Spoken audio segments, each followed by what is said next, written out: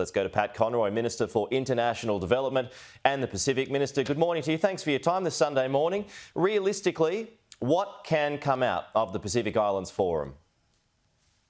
Well, the Pacific Islands Forum is the critical piece of regional architecture for the Pacific region, and so one of the key tasks for Australia is to deliver a message that the new government is committed to re-engaging in the region, to rebuilding a relationship that was significantly damaged by the last government. So when we're there next week, the messages will be about us being there to listen, to respect our Pacific family, to let the Pacific family know about our very significantly different climate policies, which really were at the heart of the friction between the last government and the broader Pacific region. And that's certainly the messages I delivered when I attended the Pacific Foreign Ministers Forum in Suva on Friday. So that's our key task at the PIF, but the PIF comes at a critical moment for the region, both in terms of our unity as a Pacific family, and secondly, dealing with the increased interest from around the world in the Pacific region. Beijing has sidelined its bid for a 10-nation pact. Do you expect it to eventually reheat that? Oh, look, I think a lot of nations from outside the Pacific region are very interested. China's one of them, and one of the key conversations we're having at the PIF is around how it's critical that the Pacific security, our regional security, comes from within the region, from within the Pacific family, of which Australia is a proud member. So that's a message that is resonating at the PIF, that we must look towards our own security first before engaging in any outside partners. But do you expect them to come again? Oh, look, I think they've clearly indicated that they're very interested in increasing their presence in the region, as is the United States, France, the United Kingdom, India. This is a time of unparalleled interest in the Pacific region, and Australia, as a part of the Pacific family, needs to help work on a regional approach to that. And was that raised with you last week? What concerns were shared from other leaders to you about that? Well, I think the conversation at the PIF was respectful of each nation's sovereignty, but it's fair to say that there was a consensus, as reflected in the communique that came out of the meeting, that the region needs to look to itself first for security needs and only look outside of the region where security needs cannot be met. And certainly Australia is a vital part of that, and we'll continue to do that in multilateral forums such as the PIF and in our bilateral engagements with other countries. But it's clear that it's harder for us to say we need to look to our region first if the region thinks we're disrespecting it. And that's what the last government did in its approach to climate change, for example, which is the number one security threat in the region. So obviously our much better climate policies give us that opportunity to re-engage and look to the security of the Pacific as a region. On that point, though, by committing more on climate change, and then you've got the Solomon Islands that's pivoting towards China, and it's making no real climate commitments. There is quite a serious contradiction in terms there, isn't there?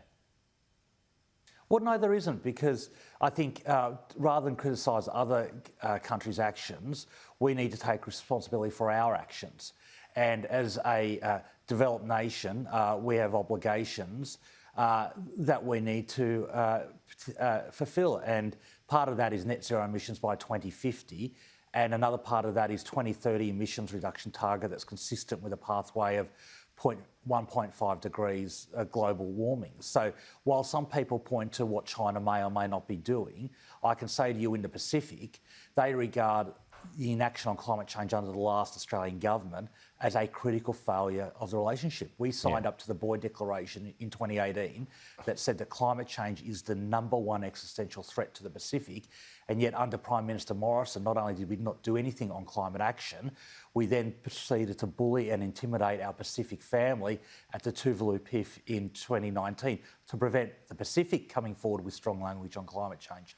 So I think the criticism of the last government by the Pacific was accurate, and it undermined our relationship with the Pacific family, which then meant that they looked to other countries for influence and engagement. But for instance, while we're withdrawing from coal, China's piling on more and more coal and will continue to do that for the foreseeable future. Would you expect Pacific Island nations to be more forceful in their language used against China on that point?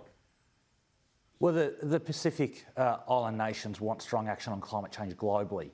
And obviously China's made a series of commitments around climate change, around achieving net zero emissions, around very significant investment in renewable energy. And Australia, like the rest of the world, will expect them to keep those commitments, and we'll certainly be pushing them to keep those commitments. But I think, can I just reiterate again, that Australia was in no position to lecture other nations about climate change under the last government that took no action on climate change and in fact bullied nations in the Pacific to try and prevent them taking action. On Solomon Islands, Prime Minister Sogavare has taken control of the national broadcaster SIBC. Since the switch in 2019, he's been embraced and advised by China, taken steps to consolidate power, delayed elections and signed security pacts, all against the will of the people. That looks to me like the emergence of a dictatorship, is it not? Well, I'm not going to comment on the internal matters of other nations, but what I can say to you is that Australia, under the new Albanese government, is committed to being the partner of choice for the entire Pacific region. And that means that we need to use every lever of statecraft to be that partner of choice, not just overseas development assistance, not just action on climate change.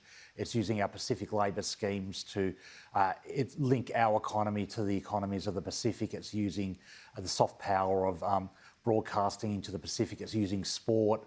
It's using our maritime security cooperation. So what I can focus on is what Australia can do to be the partner of choice for the Pacific. Right.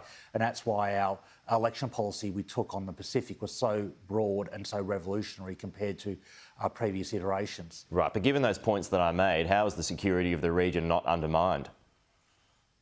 Well, again, I'm not going to comment on the decisions of sovereign nations. I've seen reports around the Broadcasting Corporation, but again, it's not my position to comment on the internal matters of other countries in the Pacific. Okay. Well, all I'm focused on is what Australia can do to be a better partner. Well, internal matters may well become external matters. So how will you support the people of the Solomon Islands if they end up revolting against Sogavare, if he pushes ahead and delays those elections?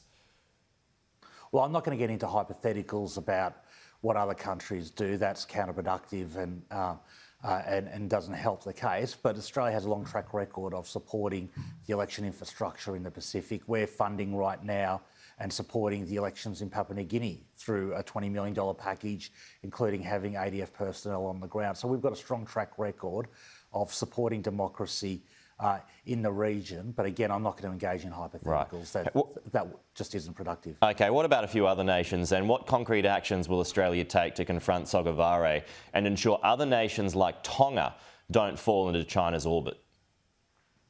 Well, it's not about us confronting leaders in the Pacific. It's about us working with the Pacific on our shared aspirations. And I've had some very productive meetings with both the Tongan Prime Minister and the Foreign Minister.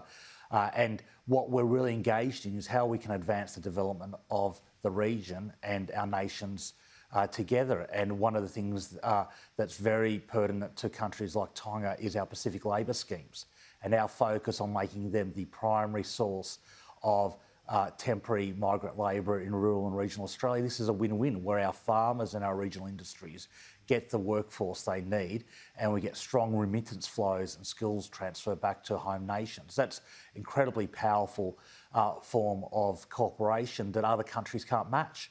And that's something I'm really focused on, turbocharging that, as well as the really innovative Pacific Engagement Visa, where for the first time we'll be preserving 3,000 permanent migration spots for people from the Pacific that will increase our people-to-people links and build, strengthen our relationship with the Pacific. So they're the sort of things I'm talking about with Pacific leaders that will help repair the relationship with the Pacific and help make us the partner of choice, which failed to happen under the last government, which led to the greatest security disaster of the last 50 years in the region under Prime Minister Morrison. Given the heat that the Prime Minister has come under over the last week anyway, for the amount of time that he's spent away so far this year, does he need to go to the forum and not just send Penny Wong? Well, that cheap sniping from the opposition just shows how immature and weak they are. Which forum are they suggesting the Prime Minister should not have attended? Should he have not attended the Quad? Should he have not attended the NATO summit should he have not visited Ukraine to support a democracy under attack right now. And to suggest he shouldn't go to the Pacific Islands Forum leaders meeting is a complete abrogation of our responsibility and demonstrates how unfit they are for government. This is the critical forum in the Pacific, our region. And for a former government that just dropped the ball on the Pacific, where Maurice Payne was more interested in Paris than the Pacific, the fact that she refused to travel to the Solomon Islands, the fact that Prime Minister Morrison, in his bullying actions at the 2019 PIF, pushed nations towards China. Prime Minister Bainimarama of Fiji said that in 2019, that Morrison's arrogance and behaviour would push nations towards China. So for them to suggest now that Prime Minister Albanese shouldn't attend the PIF just layers another level of incompetence on what they did in government, and quite frankly is completely against the national interest. Okay, Pat Conroy, Minister for the Pacific, thanks for your time this morning. Talk to you soon. Have a great morning.